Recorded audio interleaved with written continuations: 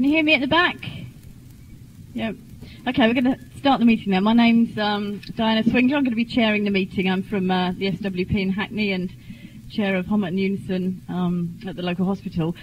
I'd like to welcome everyone to this session's meeting on children and ideas. Our speaker today is Alan Gibbons, who's a very prolific children's writer and writer for young people. Also finds some time to teach, he tells me, in between. And recently won the Blue Peter Book Award for, what was the category? Books I couldn't put down, I think, wasn't it? So anyway, Alan's going to speak for about 35 minutes, and then there'll be plenty of time for people to ask questions or you know, make their own comments and so on. So I'll ask Alan to start. Thanks. Right, good afternoon, comrades. I'm going to try and talk about a number of issues in this, mainly to do with early years education. I'm going to start from the context that we live in intellectually and politically. Children are always in the public eye. There are many moral panics involving children. There's widespread anxiety, and it covers a number of fields. First of all, there's a moral panic about what they can't do, the need for higher standards. Our kids can't even write, our kids can't even read. Daily Express, Daily Mail lead us on this sort of subject. Second moral panic you get is what is done to them. Okay, so if you take a look through the newspapers, a point that Michael Rosen has made fairly effectively, 90% of media coverage covers children as victims, covers children as objects of abuse, covers children for what is being done to them by adults. Third area in which children are considered in terms of popular culture is what they have. Now, this is one that I guarantee if you've got a dad like me, somebody who takes the Daily Express, working class Tory, kind of northern Alf Garnett, what you always get is, in my day we didn't have trainers, luxury, we had to lick out a septic tank to get a pair of clogs. And this sort of argument you get loads of, don't you? All the time you hear, I mean, look at these kids. I go into areas where you drive. I went into one the other day. The kids called it the prison on the hill in Bolton. If there's any comrades from Bolton, you'll be able to identify the school. It's the sort of school that Estelle will not touch with a barge pole. I don't know why you want to go and touch children with a barge pole. It seems an odd thing to do, but Estelle is obsessed by touching children with barge poles. And as I walked through this place, it was like a bomb site, okay? It was blackened buildings, the effects of drug and social disintegration. And when I arrive in the school, you know, I find that there's a wonderful staff coaxing the kids through, being family, social worker, entertainer, and all these multiple jobs. And then I went to see my mum and dad that weekend. And what did my dad say? Oh, you're saying it was poor? I bet they all had a telly, I bet they all had a video. And he goes through the list, yeah? You all have these things. Now, the strange thing about this whole argument, when you take a look at the child as consumer, is on the one hand, popular culture condemns it. They've got too much decadence. I imagine all these children walking around in togas and lying down on long beds, consuming vast quantities of McDonald's and then popping to the vomitorium. This is the sort of picture that's put across. And then you actually say, well, who's feeding themselves them all this junk? It is actually the people who control popular culture. Children now are one of the biggest audiences for capitalism to sell to. Children are looked now as to be a big bucket to throw stuff in. And that partly explains why we have a massive problem of overweight and various other problems that you get. Overweight of Big Brother. I bet there's plenty of parents here who are trying to persuade their 11-year-olds, oh, please will you read the latest Philip Pullman and not watch Big Brother and come in a cropper. And finally, the other moral panic that you get with children is what they do wrong. And this is where you get the image of the uncontrollable wild child with its pockets stuffed with ASBOs. I don't know if you saw the documentary with Trevor McDonald. There's a couple of lads in Weston-super-Mare. I've never quite got my head round this, actually, that the naughtiest children in Britain come from Weston-super-Mare. Now, I teach in Everton, Kirby, and I'm finding out that Weston-super-Mare is the Badlands of Britain. I find that pretty amazing. I imagine going down to Weston-super-Mare and people saying, all right, be with us, homies, you're going to hang out, and they get there going, whatever they say in Weston-super-Mare, I don't know. But it's very strange. And these two lads have actually got up their second ASBO. They have now got their antisocial banning order to reinforce the antisocial banning order that's failed. I find this an astonishing success. It's almost like when you get kids coming in with their certificates, can't you? You imagine in this house, the kids come in and say, can I put this up on the fridge? So they get their Donald Duck stickers and they put fridge magnets and they pop it up, my second ASBO. And in this, the Daily Mail and the various other newspapers show the disruptive school student, and you imagine the average classroom as being a picture of projectile vomiting and projectile teachers. And this is the other moral scare that you get. Now, the interesting thing is when you summarize all these things, children are of interest for what they can't do, for what's done to them, for what they have, and for what they do wrong. There is only one issue that is not considered: what they are, what they do, what they're like, what their interests are. Childhood is not an arena for public debate and discussion. Children are not looked at as human beings who intervene in their world, try to make sense of their world, and at some point try to control their world. Childhood as an inspiration, childhood as a happy time, is absolutely ignored. So we ask where they're going wrong. We never ask what they are, how they play, how they learn.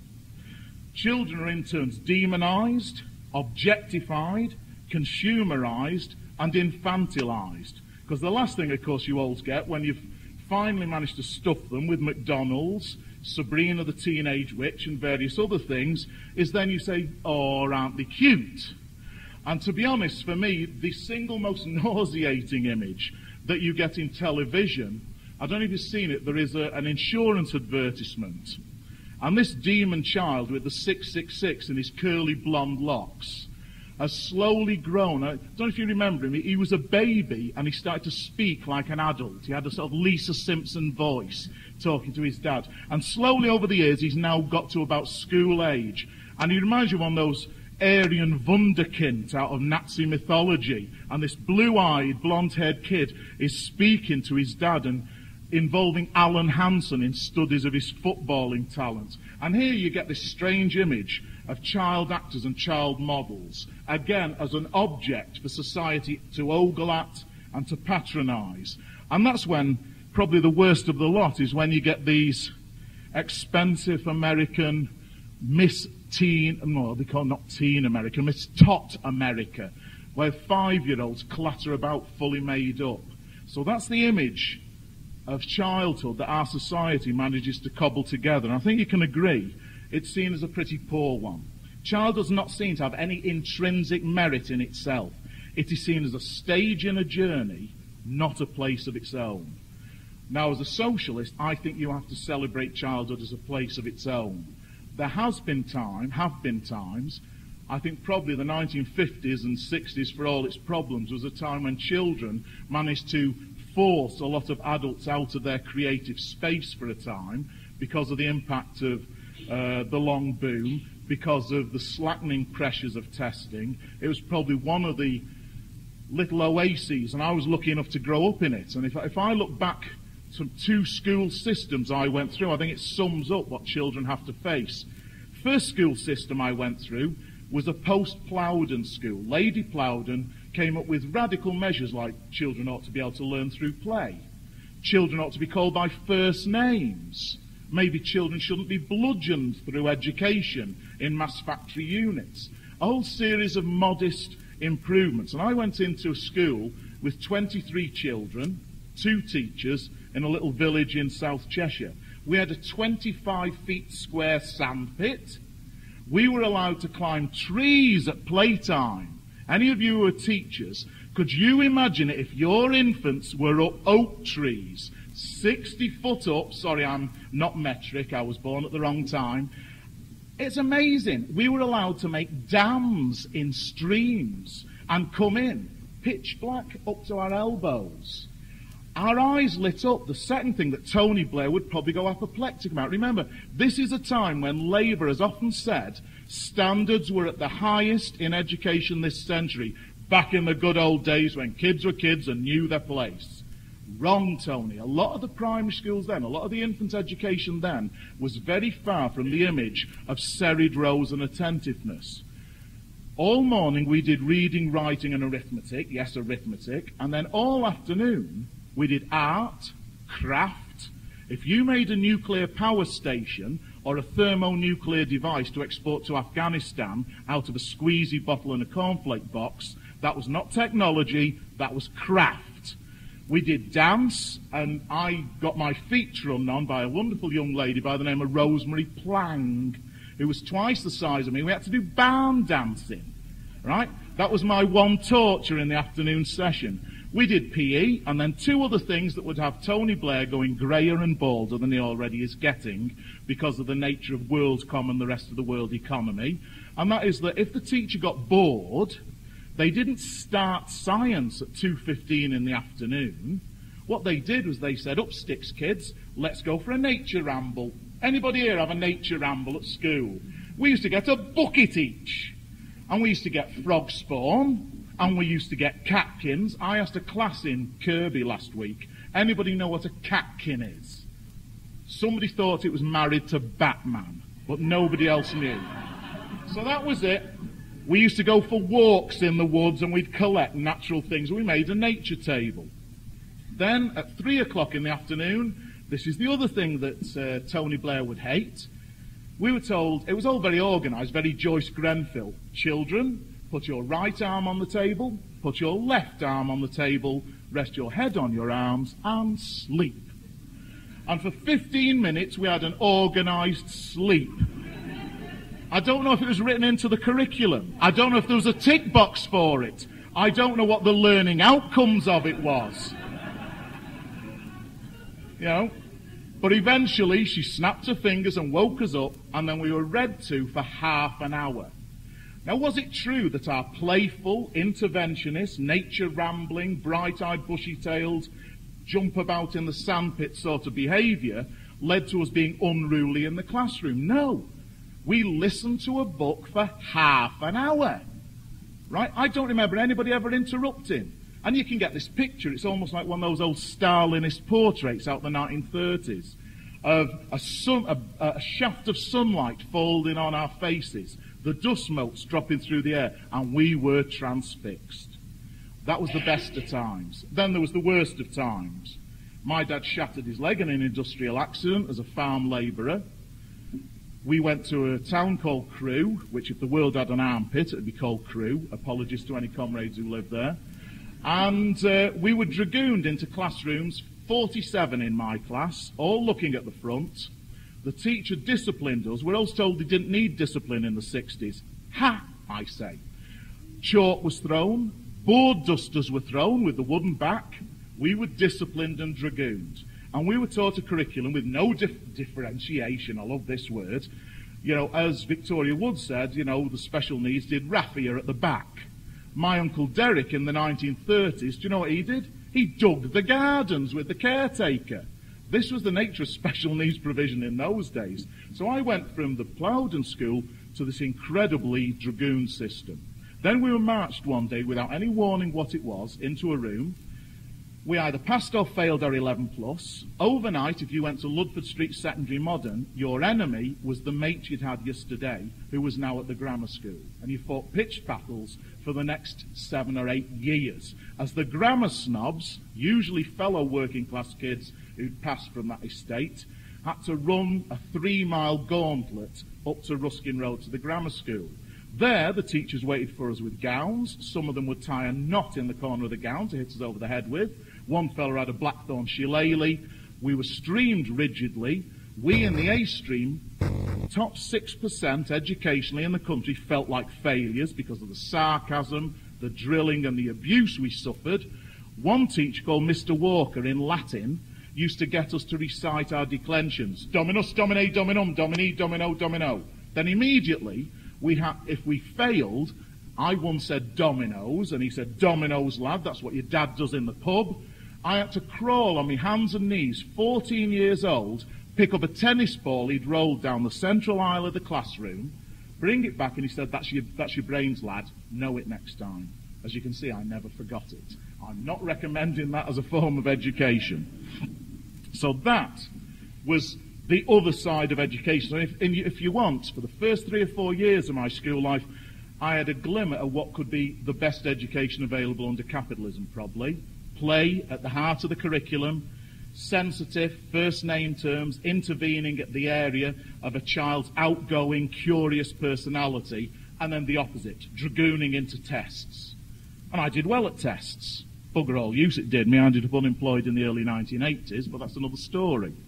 This is hardly new. As long as class society has existed in some way, shape or form, those notions have been at the heart of education. So if you ever get somebody saying to you, oh, kids are not like they used to be, read them Socrates.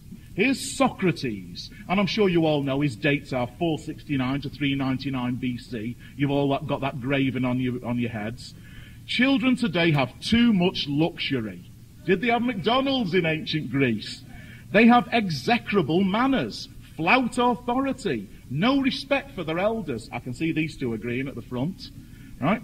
They no longer rise when their parents enter the room. Do you get up when mum and dad come in, right? What kind of awful creatures will they be when they grow up? He's got a combat jacket on, right? And that the Romans came up with much the same idea. This is Cicero, 106 to 43 BC, if you want to know. The thing itself, childhood, cannot be praised. It is only for its potential we look at it. Now that's right at the heart of Tony Blair. We don't look at the child, we look at the man in the child. God help us. John Prescott. Can you imagine it? Hello, John, bit chubby there, la, bit of an ignorant voice and that steely stare and that wit. You're going to grow up to be deputy leader of the Labour Party, right? Or then there's Lord Chesterfield to his son in 1741. All these quotes are in Mike Rosen's wonderful book, Penguin Book of Childhood. This is the last letter I shall write to you as a little boy, for tomorrow you will attain your 9th year. No more levity. Wipe that grin off your face. Childish toys and playthings must be thrown aside and your mind directed to serious objects. Establish the empire. Crush the lesser races. Spread mercantile capital across the globe. And then there's an advertisement in the Times, 16th of February 1864. Boarding schools wanted in London for a boy 9 years. 9 seems to be the time. If you've got a 9-year-old, prepare him for manhood. Right? This is the message coming across in all this stuff. Requiring discipline, having become wild and unruly through neglect occasioned by family misfortunes. So this is the picture we get right the way through capitalist society, right the way through class society, in fact. We have had this notion that childhood is on the way to somewhere, that it has no value in itself. The other thing that we have to say, of course, is when you take a look at it, childhood for much of human history has not been a very pleasant affair. If you just think of some of the basic ideas, the needs, desires and impulses of childhood are subordinated to the labour market and to the political and military requirements of the society at that time. The closer you come as a child to adulthood, to the approach of the labour market and to the necessities of militaristic societies, the less you will be expected to be a creature who plays and the more you will be a mini-adult. That's the message. So, if we read through a whole series of accounts that are available, you see a picture of childhood, which fortunately most of us don't have to face. If you read Elizabeth Keckley or Alode Equiano, you see the brutality of slavery that eliminated childhood totally for millions upon millions of children. If you read Charles Dickens and the story of his blacking factory, you see the damage that was done even to lower middle class families by the impact of industrialism. If you read Maya Angelou detailing the horror of child abuse when she was rendered mute and unable to speak because of the horrors to which she was subjected, you see what faces millions of our children. And then finally, the obscenity that faces us today. If you see the horror of the subjection of the developing world. Statistics, 1990, 170 million malnourished children in the world. 1990 again, 142 million children were born. 68% would be dead before the age of 16. 3% of those from the industrial world, 65% from the developing world. One of the only time I actually heard politics in the whole of the World Cup, and I can't remember who the journalist was, but he actually ought to be clapped on the back. He pointed out that the population of Senegal, the average age of the whole people is 18. That's how bad health conditions, hunger are in a country that produced those fantastically talented footballers. And what a pity that Patrick Vieira didn't stay with them, because they would have probably won the World Cup, but that's another story. So, little wonder there have always been voices against these educational systems. There have been classroom revolts and school strikes. In the early days, in places like Rochdale and Oswaldtwistle and Bolton, there were mass attempts to burn down board schools because the local communities said, we want to destroy the Bastilles that are going to oppress working class children. They don't say that, when you go to teacher training college, in your histories of education, do they? Do you know what I mean? And then you get the deschooling movement of John Holt, actually arguing that school is a bad place to educate children. And finally, you get quotes like this from Beatrix Potter. I never thought of Beatrix Potter in any way a radical, but how wrong you can sometimes be. Thank goodness my education was neglected. I was never sent to school. The reason I'm glad I did not go to school, it would have rubbed off some of the originality. So if you want your kids to be original, don't send them to school, is the message from the architect of the little mouse and rabbit stories. Now, the subject of the remainder of my remarks is this. I'm just going to briefly nip through some educational psychology, and if there are any educational psychologists here, don't try and trip me up, because I haven't recently read my Piaget. I'm going to try and compare the way in which children learn with the direction modern education, specifically under Tony Blair, is going, with some reference to the previous Tory administration. Now, the context is this. You think of what I described as the picture before.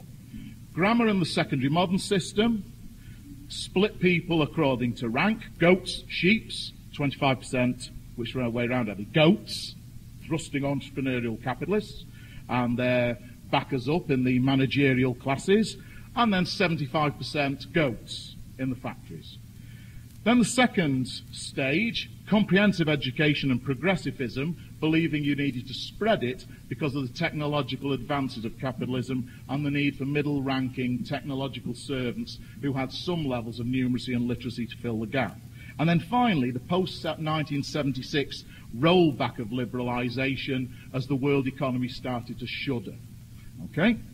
So we take a look at a number of developmental psychologists. This is the general drift of thinking now about how children learn. And we're concentrating on preschool children.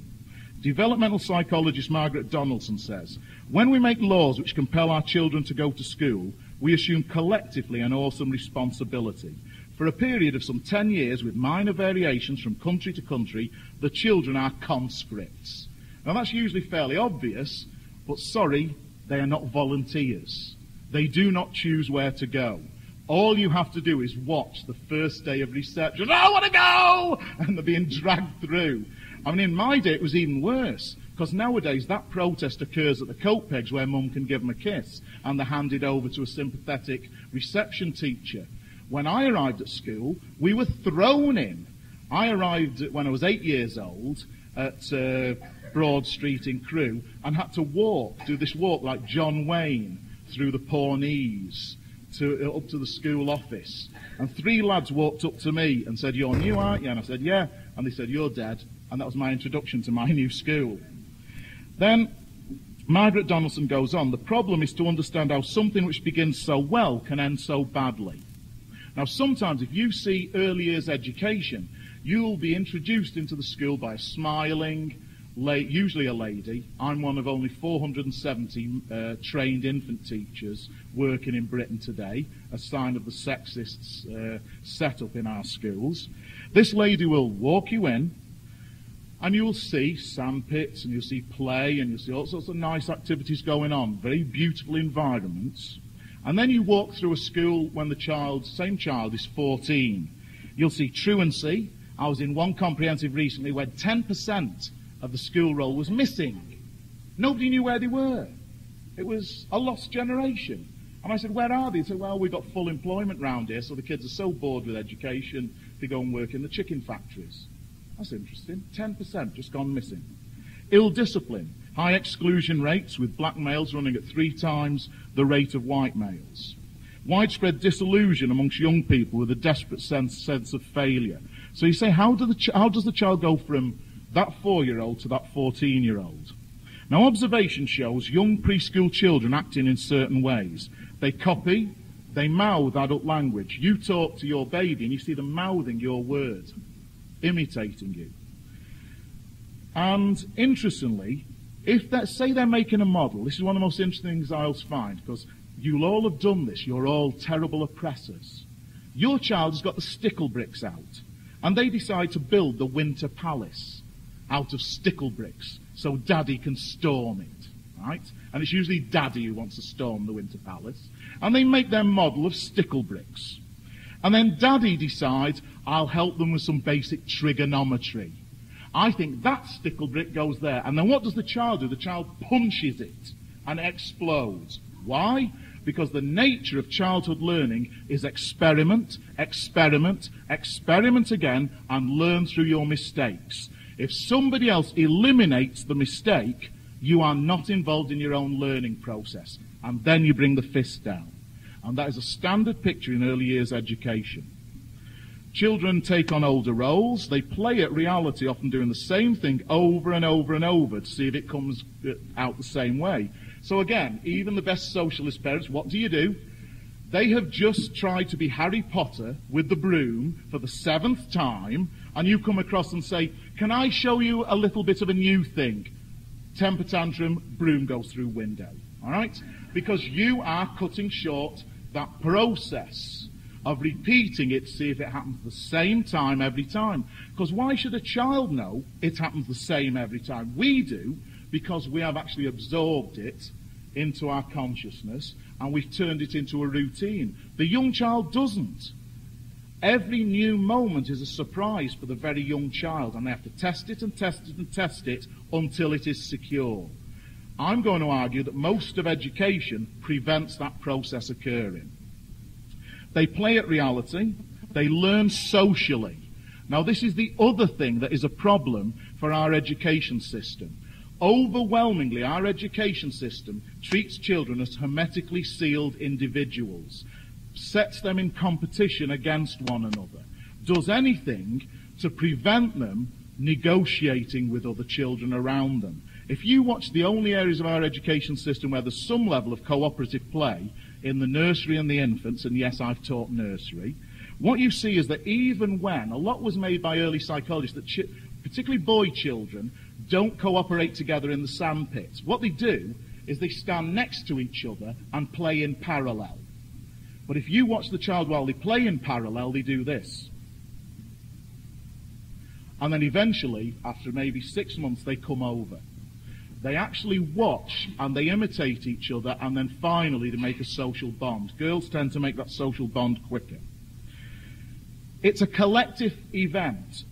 If you try to take them into 2 sandpits in 2 separate rooms, you would get a rebellion. They want the contact with another child, even if they don't play in that sand with their hands touching. And that's one thing that most right-wing educational theorists fail to see, because I'll point out in a few experiments later, most right-wing educational theorists take children into a single room on their own. They never consider the child as a social being. They consider the child as a mono creation, as a single unit, divorced from all other creations. And actually, if you look through the history of philosophy, you'll see the same pattern emerge. So, what I'm arguing is, in early childhood, the time in which children learn at the most incredible rate, there are no individual education plans. There are collective, spontaneous, creative education plans in the head of the child. In one notorious American experiment, they decided to find out how a child learned. And this is typical of American science in the 1930s and 40s, and this was still carrying on in the 60s. They took 4-year-old children, strapped them into chairs, they put a metal bit in their mouth, and they put 2 bolts they tied until the head couldn't move. And what they wanted to find out was how the child reacted to stimulus. Now I ask you, are you going to get a normal response under those conditions? I tried to look up this psychologist's name and kept thinking Himmler. I don't know why. So, if we take a look how educational theory has progressed, basically since I did teach train, some people here, the dominant theory, I'm going to have to go faster, was a guy called Jean Piaget. His ideas dominated, and he said this: young children are egocentric. I don't know if you remember this. And he had a stages theory. Hello, Beria, Lavrenti, and Stalin. And the stage thing, no, Jean Piaget was basically a decent bloke. His gains were built on. But he said that children couldn't move past a specific stage according to their age. Secondly, he said they are unable to decenter, to see through the eyes of other people, and set up quite a rigid base of learning. Now, what exposes Jean Piaget's theory that children can't look through other people's eyes is a little piece from Cider with Rosie, if I can read this briefly. Goes like this. "What's the matter, love?" says Mum. "Didn't you like it at school then? They never gave me the present." "Present? What present?" "They said they'd give me a present." "Well, now I'm sure they didn't." "They did. They said, 'You're Laurie Lee, aren't you? Well, just sit here for the present.' I sat there all day, but I never got it. I ain't going back there again." Now, the point of that, who in that room is the person who cannot decenter? It's the teacher. And because the teacher has got the notion of trying to fill the empty cup with knowledge, the empty vessel is the child, can't speak the child's language, can't enter the child's world. And that is one of the fundamental problems of education. Recent evidence has indicated that children do, and I'm nipping through this very quickly. Thinkers like Chomsky have shown that language is absolutely essential to young learning, and the stress there is on grammar, the relationships between words. Again, right-wing educational theory always seems to go for the hermetically sealed. You've seen this surely. It's called flashcard way of learning. You put up a word, sheep. The child goes, sheep, commits it to memory, then you give it the next word, the, and then you give it the next word, dog. So eventually the child can say, the sheep ate the dog. Right? But actually, to make sense of those disparate words, what is needed is grammar. And this is what Chomsky was talking about, that it is by the child conferring meaning on the words that they learn and they develop their education. So that flashcard model is false. What children actually do in their learning, they develop provisional means of communication. Recent accounts stress the child's ability to interpret situations through hypotheses, inferences, to arrive at a model of language. So to conclude on these developmental theories, children are not egocentric, they have very flexible intelligences. Children are not as limited in their ability to reason as the theories that I was brought up on were shown. A child acquires language by making sense of social situations through social interaction. The fastest learning of the child is in whatever their family unit is, negotiating life with other human beings. Now, the pattern of this evidence points to several things. Education should be cooperative and social, not individual. Mistakes are productive and not wrong. A pedagogy of telling you what to do doesn't work, but one of discovery is productive. Premature correction and, by implication, relentless testing is invariably damaging. Now put our modern education system into that context and you'll see where we start to fail. The young child actively tries to make sense of the world, asks questions, wants to know why. First 2 early childhood questions. What, that, and why? Because it's got a long tail is the answer. Develops an understanding of goals, engages with language, plays it before knowing all the rules. Early education has to be built upon these understandings. Preparation should relate spoken language to the marks on the page and indicate what they do. If you want to see the best picture of that as a model of reading, and you think what it means in terms of a labour-intensive classroom, it is Scout sitting on a father's knee in Harper Lee's To Kill a Mockingbird. She listens to a beloved story and she follows the word on the page. And slowly she turns these disparate hieroglyphs into meaning and confers the meaning of love, affection, inspiration and creativity on the text. That needs the child to read regularly. And when you talk about the children who've got no books, nothing else except very often the television, and a parent who's disintegrating before their eyes in many of our communities, you see what we need in the early years. We need lots of adults, we need lots of talks. We do not want to pin children down to chairs. We want a creative kindergarten-style system till they're 7.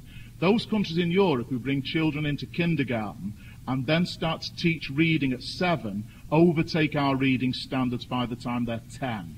That has to be taken on board. The Labour government is absolutely terrified of that idea, 1, because of the Tory agenda of education, and 2, because it costs money. But if Hungary can do it, and I'm not saying Hungary is a model, right? It's got all its problems. It's a much poorer country than this one. Priorities in this country are downright wrong. Okay? Finally, Margaret Donaldson sums up like this. The learner, if he's to be an active discoverer, will make mistakes. So it is as well to reflect a little on the role of error in the learning process and what we should do about it. According to some educational theories, Tony Blair, national curriculum, it is not a good thing ever to be wrong, and it is an important part of the teacher's function to keep his pupils from error. But it is also quite clear that error can play a highly constructive role in the development of thinking. It is now well established that the advent of error can be a sign of progress. So finally, if you compare the ludicrous lengths we're going to now to turn our schools into testing factories, industrial processes, where you're even going to have 6- and 7-year-olds being given a level 3 star grade. Can you imagine that you come on and say, I'm a level 3 star? I mean, what are you supposed to say to a kid like that? It's madness. They're 6. It is absolute madness. So what you learn then, think of that boy I mentioned at 4. At 4, this expansive, creative boy that's thrilled with going around. I'm talking about boys because they are predominantly the excluded children, but the same goes for girls. They're pinned to a chair at 4. They are taught that they are learning to fail by 4.5. They are drilled at 7 and tested at 7. They're given a level and a grade at 7. The PE has knocked out the curriculum. Music is knocked out of the curriculum to build the 3 R's.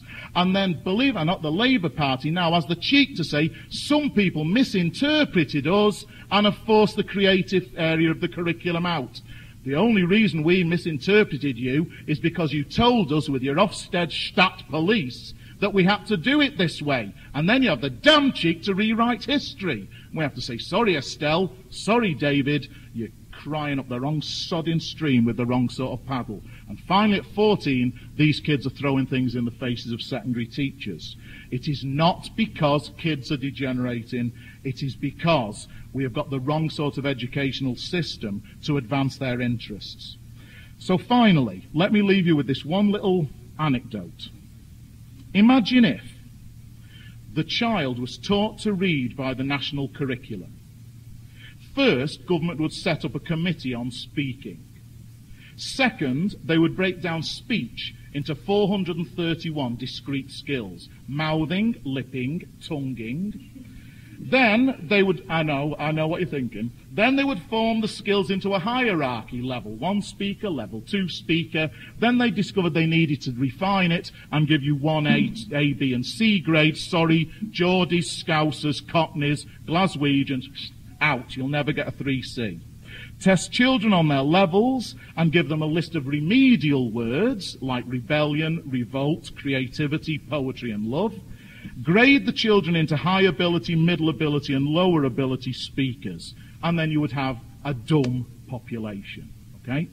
So finally, what we are back to now, after all of the things that I said to you, is we are back to the rat race. And in that rat race, almost everything that's done in the modern education system flies in the evidence that's been accumulated by educational psychologists, child experts, people who work in the field. Testing too soon is dangerous. If you sit on a newly glued chair, it will collapse under you. We speak well when we have something to say, not when somebody else tells us what to say. Finally, when I can get my fingers to move, reading is about meaning. It is not about decoding. Test scores are frauds. Teaching to the test now is endemic, and there is some cheating. We should say it. People who know their school will go down the pan and they'll lose their jobs if they don't compete with the St. Herbaceous Borders up the road. They are going to cheat. It's not their fault. It's the fault of an education system that is wrong. To conclude, human beings have an inherent desire to learn. Look at your child at 18 months. Look at the brightness in their eyes. This is broken on the wheel of competitive education dictated by the needs of a class society. We've got to do it differently.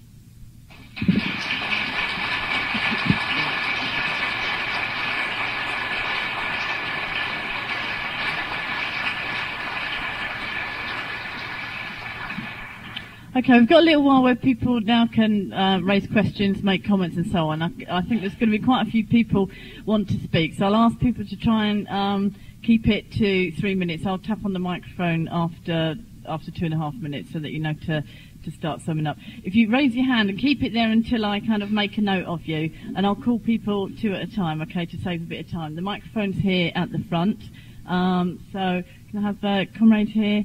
And after that, the comrade at the back. Keep your hands up and I'll make a note of you.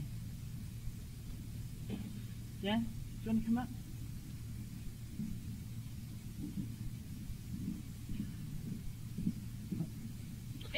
My name is Philip Kunda. I think I've enjoyed actually the presentation. And I just want to tell the gentleman, actually, I'm from Zambia. Yeah. And I'm a youth worker for that matter. Yeah. What I want to say is just to read you a couple of things I've gotten from young people from Bradford I've actually been working with. The question they usually ask me, being a Christian where I come from, issues to do with, yeah, so, how come you are black and then your palms are white and the underneath of your foot is actually white? And then, so, being black, do you have a big knob? You know.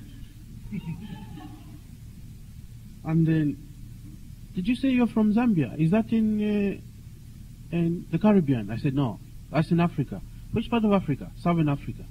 Ah, so you're very poor, aren't you? I said, pardon?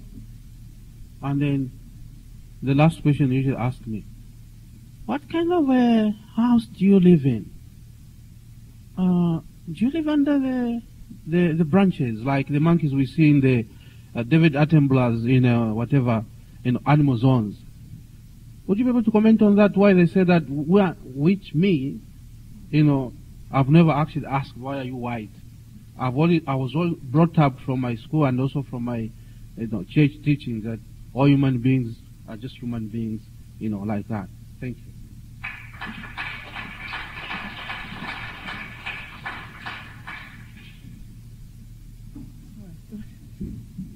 And after this, on the green shirt. After. On the last question, actually, genetic scientists don't know why anybody's black and why anybody's white. They're still debating it, as far as I know. I've actually been working with under 5s for about 12 years.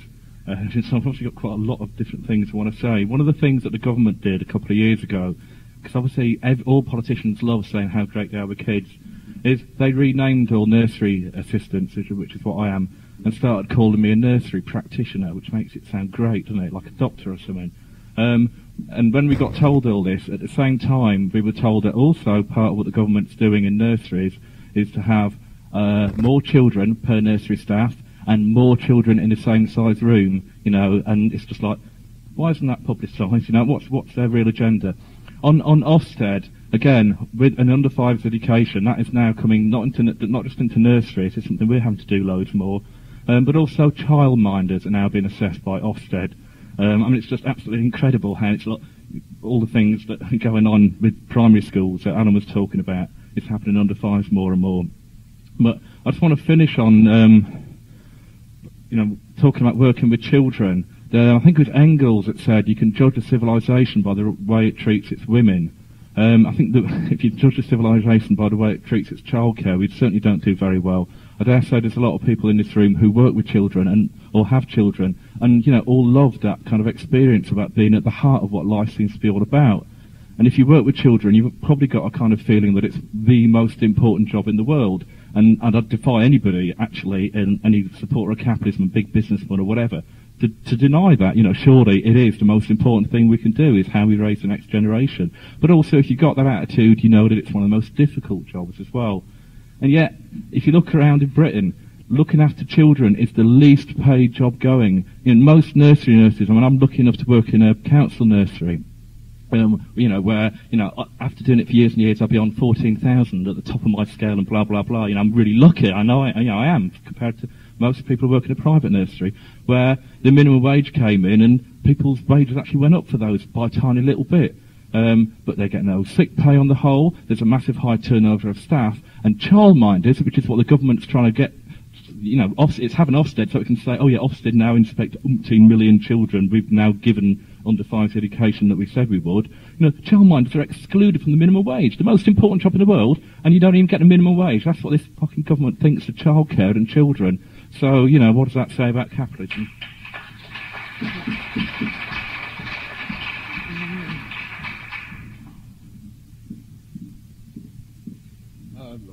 My name's Jordan. I've got a couple of things to say because this is quite a personal subject for me. When I was at school, I found that because it is such... Is it not on? Oh, right. The school system was like that fascist system where you have to make these marks, even if it doesn't matter if you're dyslexic.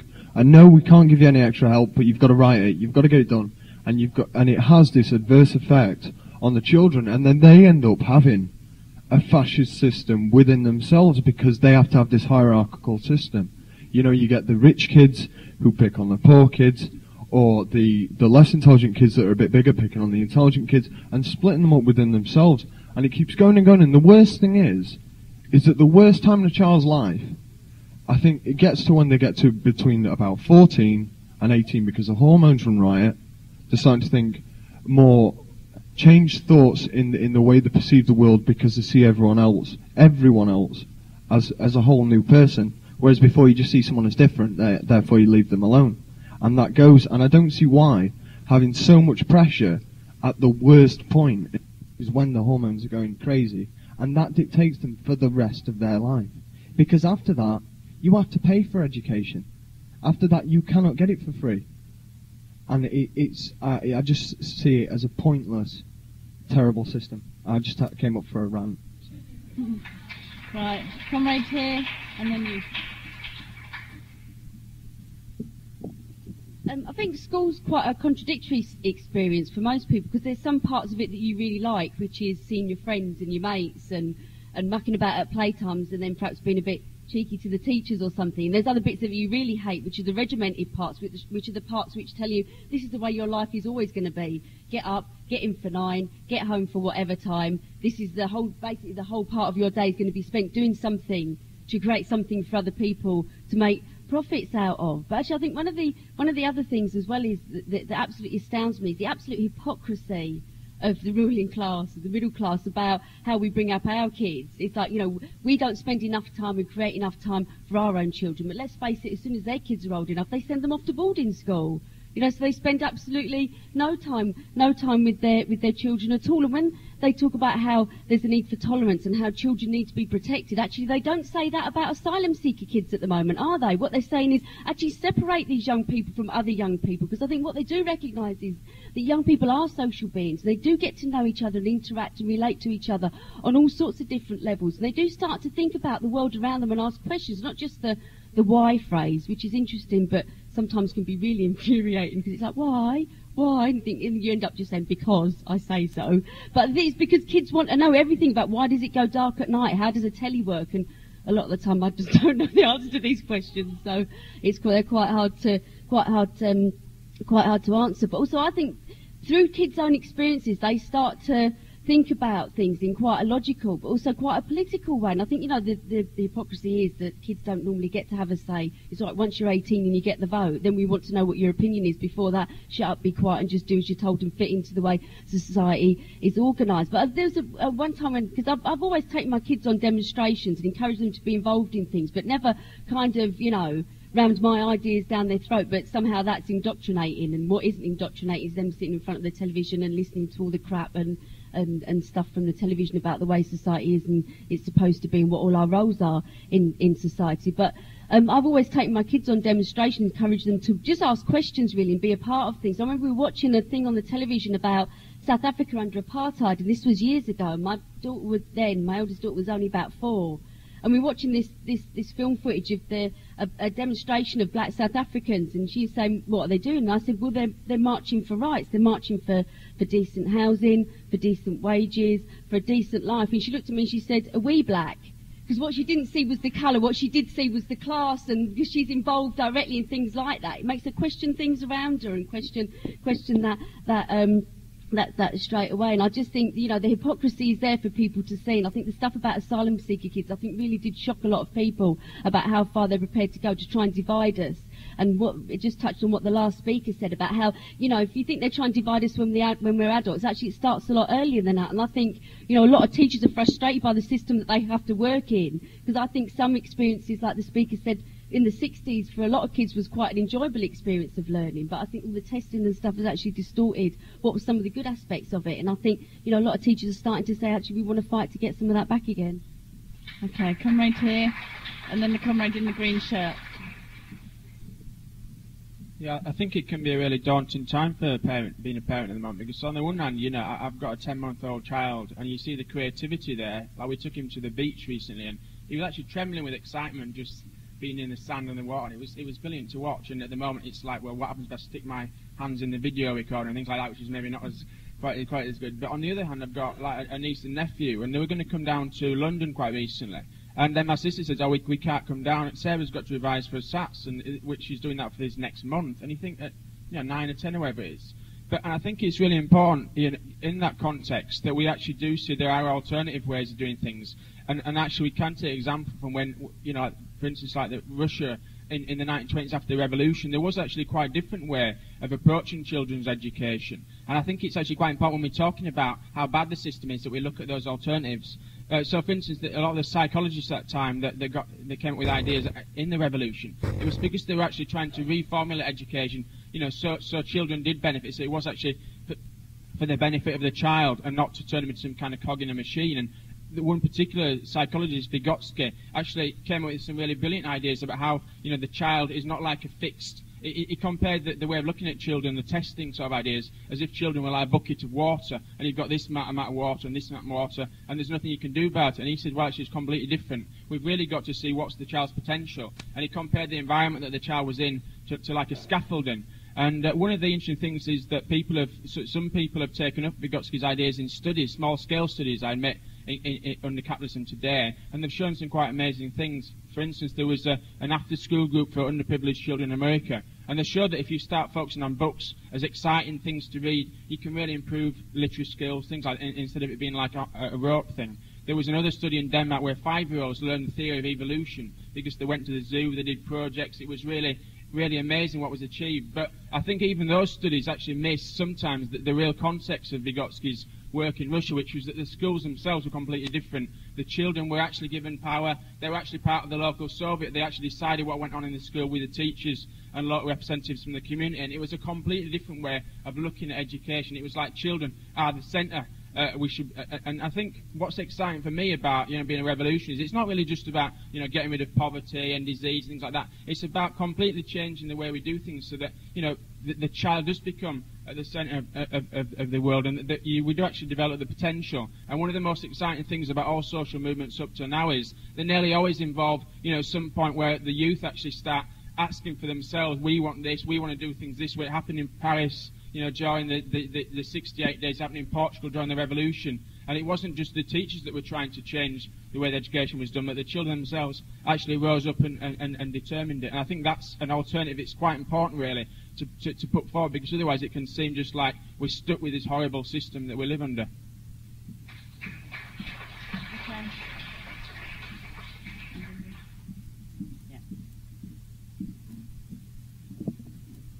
as Marxists, we understand that the dominant ideas in society are the ideas of the ruling class. I suppose as a parent of a 6-year-old, what I've been really interested in is how those ideas are actually entrenched into our kids, really. And there's a number of different things I wanted to say, but given the time, I was really struck over the World Cup, really. I know all the schools in Sheffield, all the primary schools, all opened up early for the England games of the World Cup in order to let get all the kids in to watch the second half of all the England games. None of the other teams had that sort of that right, but just the England games. I know my 6-year-old, his view, takes a very sensible view, and I think something we need to say about children, that often they have very sensible ideas about things, because during the World Cup and Pride, always said to me, which team is the best team, Daddy? Because he wanted to support the best team. And I thought afterwards that's quite a good way of approaching things. And obviously I'd said earlier on it was Brazil. And when it came to the quarterfinals, Brazil-England, I took him into the school, and I left him there in his Brazil shirt, surrounded by all the kids with English shirts. All the teachers had English shirts as well. And I must admit, when I heard the results, a bit worried what might have happened to him later in the day. But thankfully it was okay. But when I thought about it afterwards, he might have had the head down the toilet or something. But when I thought about it afterwards, the majority of those kids prior to the World Cup, I suspect, had no concept around nationalism. I suspect they had no concept that England was the team we must support.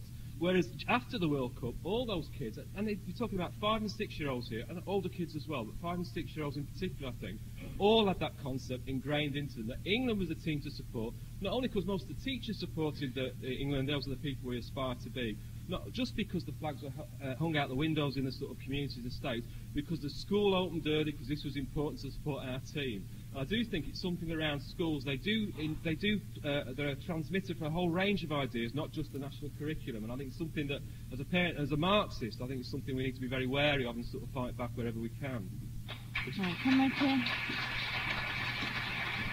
And then,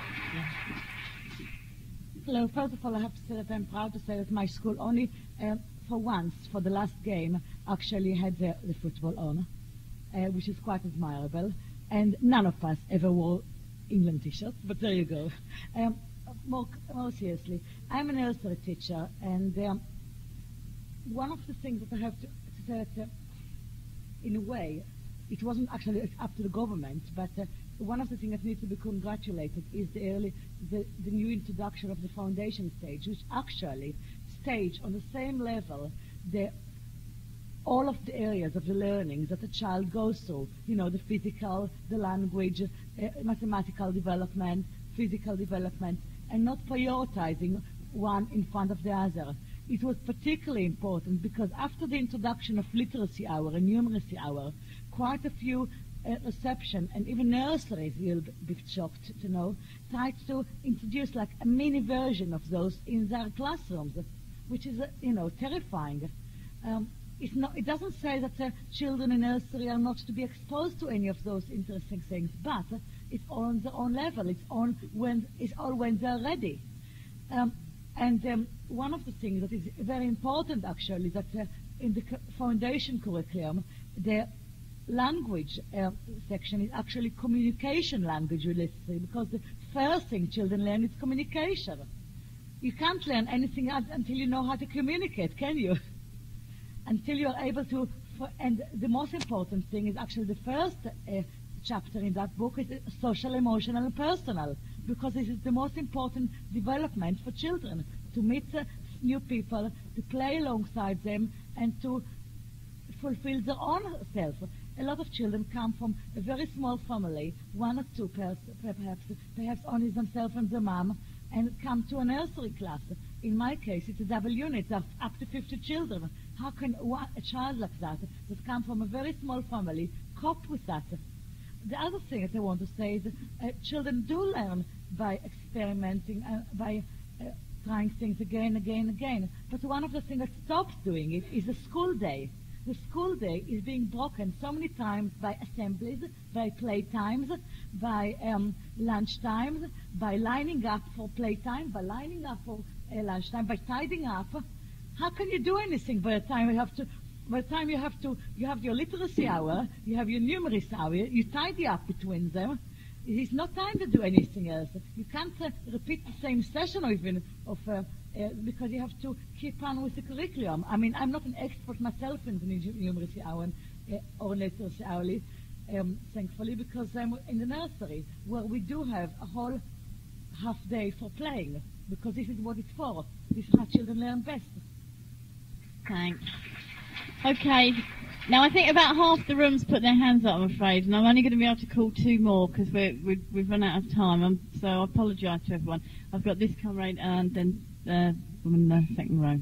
Thanks. Hi, I'm a mother, a single mother. I used to be on income support with my son, and I remember those days with some affection, because I remember the days when we had no structure in our lives, when we went to bed when we were tired, we ate when we were hungry, and we got up when we woke up.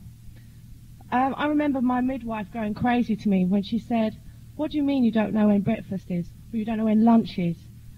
Breakfast is between 9 and 11, lunch is between 12 and 1, and dinner between 5 and 7. Now, I think the point that I'm trying to make is that there wasn't much control. We had a little black and white TV, no television. Since then, I've become a lecturer. One of the downsides of that is that I don't spend an awful lot of time with my son. There's a great deal of control in his life now, one of which is the TV. Every cartoon that a child watches nowadays is a living commercial for toys, things that they're supposed to be buying and accumulating. My son is becoming quite materialistic, less communicative soul than he used to be back in the good old days. Also, the second point I'd like to make really on the point of teaching is that children are learning to fail. That's not an accident, they're supposed to be failing. I work in an FE college in Southgate, and we take students from mostly deprived areas such as Hackney. I find students only get their money to get into the college if they have an 80% attendance. But at the end of the day, if they can't get to the college because they don't have the money, they don't get the 80% attendance in order to get their documents signed. We must understand and recognise that generally, even as far back as the 1940s, the same pattern has remained.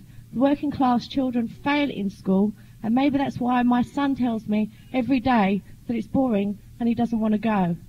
Now, I'm an instrument of the government's control in order to control my child. If he doesn't go to school, I go to court. I can't see anything illustrative coming out of my son with his attendance at school or with his viewing of the television.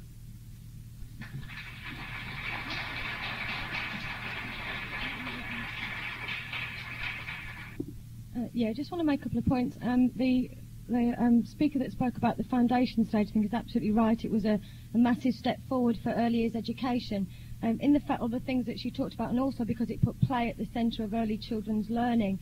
However, I think we shouldn't be too complacent about the foundation stage, because actually it's coming, even now that it's only been in place a very short period of time, it's under attack all the time because of the literacy hour and because of the numeracy hour, because reception class teachers expect children to be sitting down by the summer term, to be sitting at desks, to be able to have concentration spans and all that sort of stuff. I actually work in a special needs school, a school for children with severe and profound learning difficulties, and I'm having rows constantly with who I consider to be a very good teacher about the fact that actually I'm not going to do all these things, these structured sessions with my children, because we are in the foundation stage and we constantly have to battle between the national curriculum, the literacy hour and the foundation stage. So yes, it's very good and it's very valuable and we have to fight to keep it. Just one other point I wanted to talk about was the whole question of children and their ideas, really, because you often find that people say, well, you know, we can't really do anything about black history, we can't really do anything about globalisation, we can't really talk to children about these big issues because they don't understand, they're too young. The idea that you have to get a certain level of intelligence before you can take those things on. And one of the important things that Vygotsky said was that actually, you know, children revisit ideas again and again and again, and they will revisit them on one level, then further on in their life they will go back to the same ideas and revisit them again and again and again. And that the role of the adult in terms of helping children to present a context in which they can explore those ideas that are quite big issues, but that they can explore them on their own level. There's been quite a lot of research done in early years education about children's understanding of racism in children nursery schools that have been in the school very, very short amount of time, and they had very clear hierarchies of race, you know, with white people at the top, and then it was Indian people, and then it was black people at the bottom. And they also understood that these were unacceptable ideas to have, because when a teacher came up, they stopped their conversations. And when the teacher went away again, then the conversation through the play with dolls carried on, the hierarchy of rows. And I think, therefore, it's right that we have to challenge the school system, we have to challenge the education that children get, but really children don't just get their ideas from school. You know, the guy who talked about the football and all that sort of stuff is absolutely right, but children are much more social beings, and they get their ideas from the whole of society. So though, yes, we want to challenge the school system, actually we really want to give children the freedom, you know, to explore and to become fully rounded human beings, and we have to really challenge the whole of society. Right. Before Alan sums up, I'd just like to say his latest book, The Edge, is available at the back of the room afterwards. I've just got 3 announcements. Any university students or people who are going to start university in September, there's a meeting at 5 o'clock now. No, not now. After the next meeting in the Jeffrey Hall, which is in the Institute of Education. Also, we'd like to draw people's attention to a special play that's on tonight about Somalian refugees. It's aimed at children that are over 10, plus adults obviously, and it's going to be in the drama studio, which is in the Institute, at 5:30. And Fiona and Michael were collecting money for socialist worker between 5 and 7 in room 3C in Ulu. Okay, Alan. There's a lot of points. I'll try and deal with them as well as I can in the short period of time. First thing, if you don't believe that the present system, I know the people in this room do, is actually calculated to fail most of our children, there's a ghost at this banquet. There's somebody we haven't mentioned, a spectre is haunting all of us. His name's Chris Woodhead. Now, if anybody read his final report on the education system, his key statement was that most children in our education system have to fail, or it is not a competitive, test-based system. Now, that is the statement by the pivotal figure in both Tory and Labour educational thinking. So we take it from their own mouths exactly where we stand. Now, we go through a few of the points. If you take a look at the issue that the first comrade raised about racism, it is absolutely clear that racism is learned. All the evidence is that there are no innate racist ideas. Certainly, any genetic investigations prove this. For example, geneticists have now analysed the genetics of people from Western and Eastern Africa, and they've found out that people's genetics are more similar between a European and a West African than a West African and an East African. Now, the evidence is negligible. The differences are actually negligible genetically between all of us. But to put it down to race is nonsense when a West African is more similar to a white Caucasian like me than to an East African. It just explodes the whole racist genetic myth. And the second point is, you see children after children where they've not been offered racist models from a very early age, and they learn it incredibly quickly through peer group pressure, family introductions, and you get situations where a friend of mine, his little girl, white, turned up with a friend of hers, black. They were both wearing the same dress, didn't know they were going to have the same dress that day, walked in and said, "Look, Dad, we're like sisters." It didn't occur to her that skin colour was an issue. They learn it systematically through their socialisation. And in school, you have to see school as a battleground. See, every remark I made is not an attack on teachers.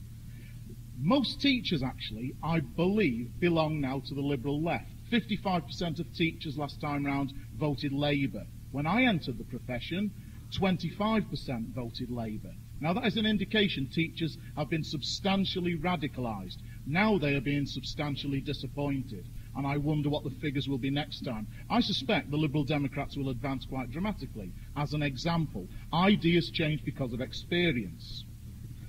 The second thing is, when we're talking about racism, we have to engage from very early times. If you take a book like Amazing Grace by Mary Hoffman, it is a weapon. It is a weapon against racism. Hopefully, if you take a lot of my books, like Whose Side Are You On, they are weapons. They are meant to be weapons. At every talk I do in every school, I say racism stinks. I say it in a Year 1 session, I say it in an Upper 6 session. Racism stinks. If I go into an all-white school in Oldham, I say racism stinks. Probably if I go into a Muslim school, I'll say racism stinks, but deal with other issues, because actually they're fairly convinced that racism stinks.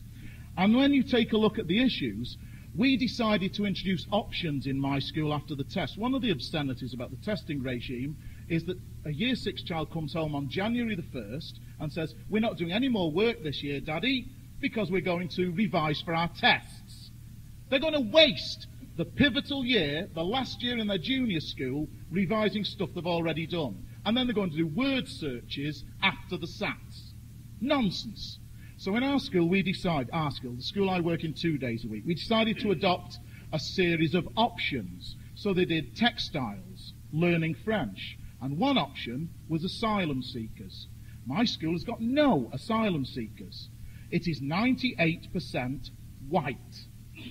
We believe our school has got more of a job to teach about asylum seekers than a school in Birmingham that might have 80% Muslim and Afro-Caribbean children, because it's in our schools that racism will fester through ignorance. And during teaching the Year 6, one lad in front of the Ofsted inspector stood up and said, "Packy's out." We had to have the discussion. Ultimately, the lad wouldn't accept it. He had to step out the classroom for a time. But it engaged a debate. Actually, it is better to have that debate than put that child through the education system without ever knowing what was lurking inside his head. So we've got to say that we are going to study Beverly Naidoo and her Carnegie-winning book about asylum seekers, because that helps to educate the children. There are ways of doing it within the straitjacket. The extent to which we as teachers and educationists wriggle within the straitjacket determines how much freedom and how much creativity our children will preserve on their journey through education.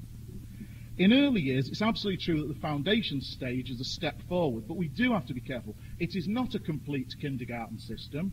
We don't have huge climbing frames. We don't have mirrored walls and coloured sensory chambers and all these wonderful things that you can establish that they've got in Bologna, where, I'm no fan of the Communist Party, but because of a left council, they have had this sort of stuff in parts of Bologna for a time, in nurseries. It does have an effect when people with certain progressive political views do implement certain things at certain times. If you take a look at the foundation stage at the moment, what we have to do is defend it from introducing too early the whole notion of the literacy hour, this robotic 20-minute clock. Now, we see where people actually win the battle in their staff rooms, you can actually amend the literacy hour, the numeracy hour even. You can make it more humane. There are plenty of experiments, but it means there's got to be a ferocious debate in schools. Socialists cannot be Sunday socialists. They cannot go to their SWP meeting or whatever other meeting and talk about the far distant future without defending the gains that we've got in the here and now. That is absolutely vital. And when you take a look at progressive education, you see, one of the places progressive education still exists in certain areas, ironically, is private education. You see, the government says, we don't think funding matters. So how come headmasters' conference schools have £10 spent per pupil and we have £1 spent for the same pupil? 10-to-1 ratio. They say that class sizes don't matter. So how come class sizes are tiny at rugby? 8 children in a class. They say that the arts are not absolutely vital. But they don't say it openly. They let it happen. The 3 R's are dominant.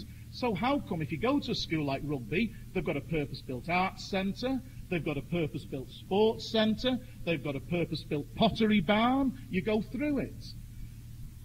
They actually have to adopt the most successful learning methods, but at the same time combine them with those ideas and those rigid social norms that create new members of the ruling order. And so you get this strange combination. The foundation stage, again, indicates that, you see, we exist with 2 things happening at once.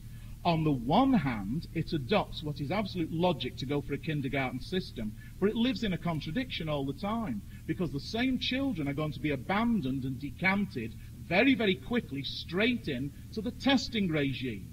Any real kindergarten foundation stage should last till 7 or 8 years old, not till 5.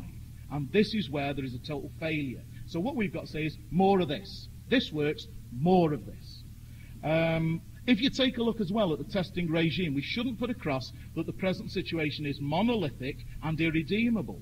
Interesting things are happening. There's a huge debate in the Times Educational Supplement at the moment about the narrowness of the curriculum. There has been a 2-page article attacking the testing regime, and Pi Corbett who is the architect of the Grammar for Writing model of the National Literacy Strategy for Writing, has come out against having a test of writing lasting 1 hour.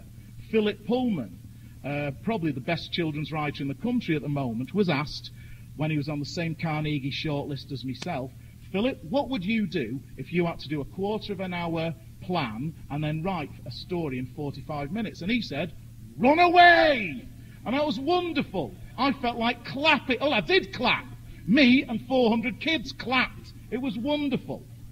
Now, the final point on this is to say school is a battleground. And here's the battleground. It is a battleground where we know children are naturally curious, they are experimental, they want to resolve things themselves, and they learn out of curiosity, not to please adults. Here's one little thing for you to think about. I oppose all rewards in school because I think they're counterproductive. All right? I think the child should learn because learning is valued. And I think the whole stars and certificate system is wrong. It's been researched into. The only praise that works is verbal praise by a loved adult. We have to be that loved and reliable adult as educationalists.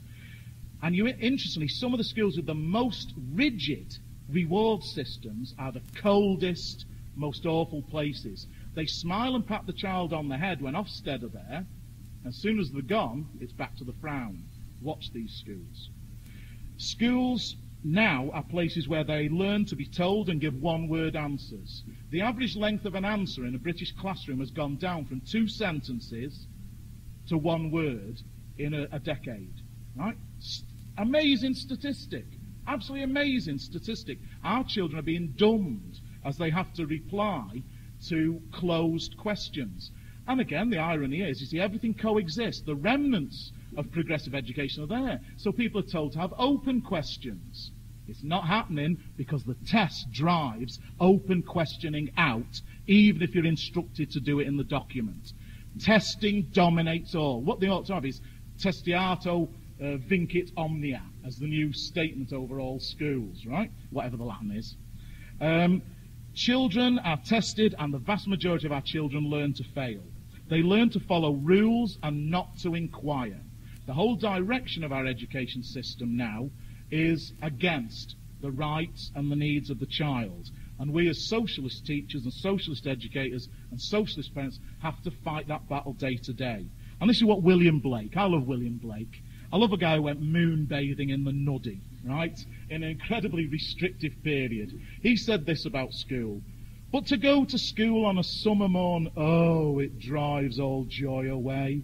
Under a cruel eye outworn, the little ones spend the day in sighing and dismay. Well, if we don't want our children to spend their time in sighing and dismay, it's up to socialists to defend the gains of comprehensive education, of progressivism, of discovery learning, and to oppose the drive to ever more testing and selection. It's a battle we can actually win.